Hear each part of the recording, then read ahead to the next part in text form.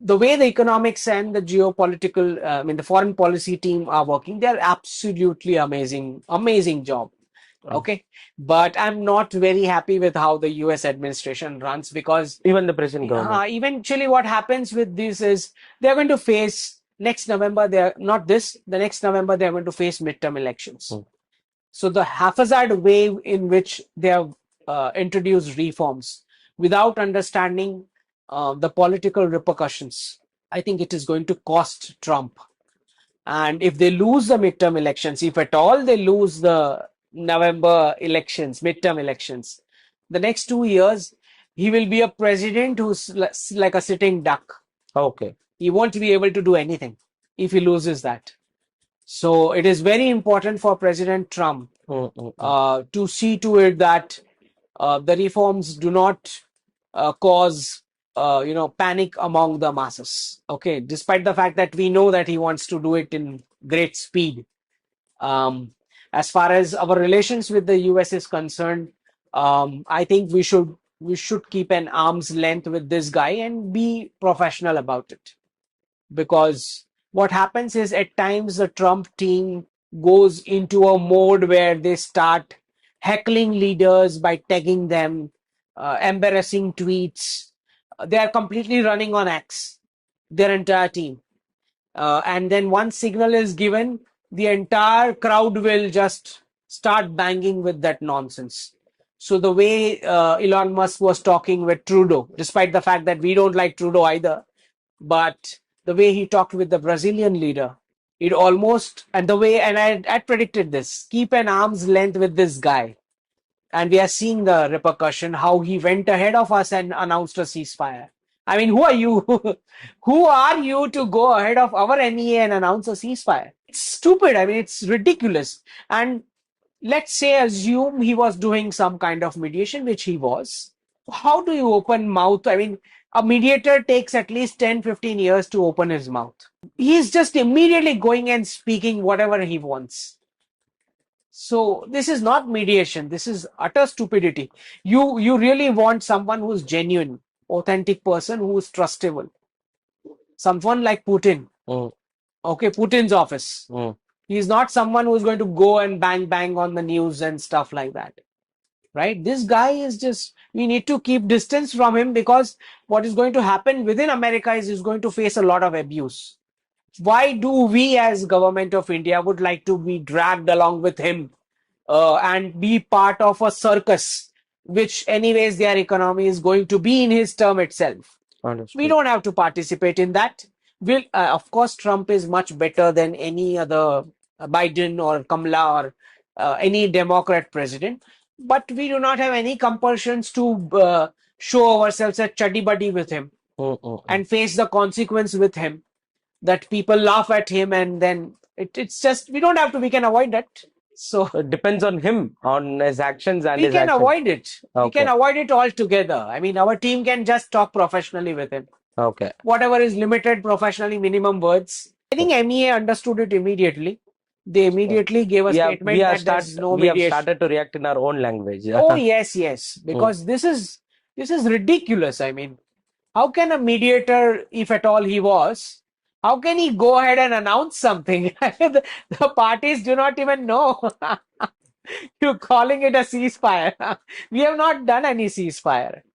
And the unfortunate part was, so many multiple countries printed out their statements saying ceasefire. And this guy, Mm. they are already Cartoon Network, Pakistan government. He announced to his people, we have won. This is the tragedy of, it's a tragedy of multiple sorts.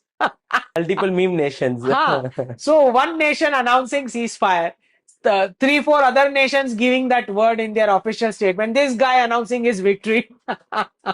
Just to add up an additional question, Ankit ji, and see, we are in an era of war with economical progress of some nations, be it Russia or be it Israel, be it India to some extent.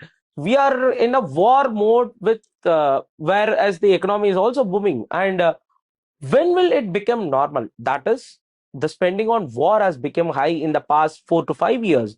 Like I think presently, apart from India, there are 3 to 4 countries which are on an internal war and on an external war also. So when will this become a normal, or will US have a say? Because they are trying to have a say, but they couldn't have a say. When it is Biden government, there was no say at all. Trump is trying to gain some attention. So what is your take on this thing? Well, understand one thing. Whenever a nation looks for indigenous or Atmanirbharta, a lot of budget will go into research.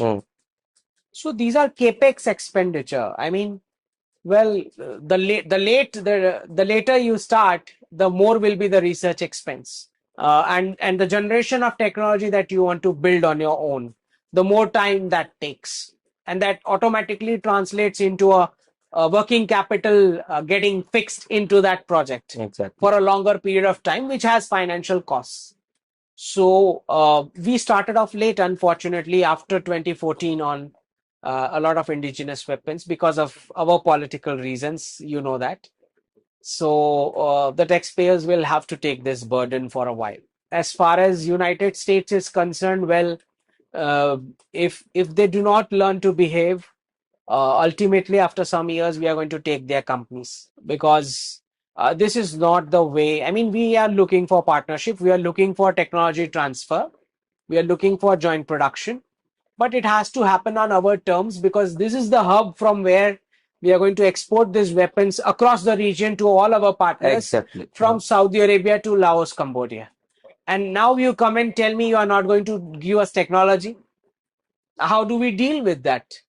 And just imagine, this guy, he just openly comes out and says, I threatened both the nations that will not do trade deal if you don't stop this. I mean, obviously nobody takes him seriously.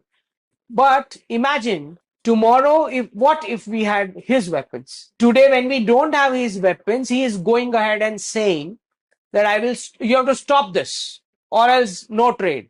Oh, Pakistan anyways has what trade? All the repercussions is for us. Exactly. Huh? We are facing this for all these years. So he is threatening us with canceling the trade ties if we don't react to a terror attack.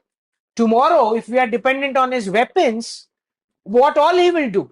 So this is completely an unreliable partner. Tomorrow some Democrat will come. The Democrat will immediately start talking sanctions. So these are, it's just, I mean, they've lost all credibility. How do we deal with this, guys? Which is why an authentic leader like Putin is much better, irrespective of what quality of that weapons are. So, Okay. in short, we can say that a trustable friend is more than Oh yes, needed. Tomorrow, what happens if we have an entire fleet of F-35 and he just locks them with a kill switch? What do we do?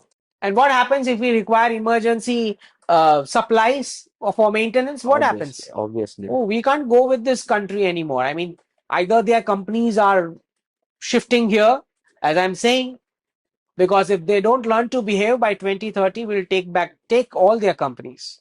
I'm very serious about it. Understood. Because see, companies ultimately need profits. They're not going to wait for what Trump's mood is today. Understood. That's not how companies function.